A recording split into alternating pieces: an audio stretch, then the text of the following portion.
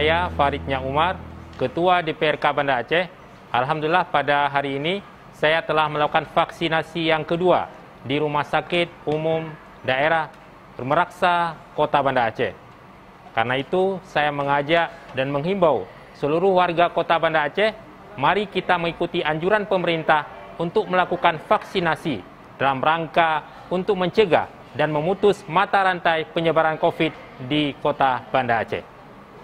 Mengajak seluruh masyarakat untuk melakukan vaksinasi dalam rangka mempercepat terbentuknya herd immunity untuk memutus mata rantai COVID.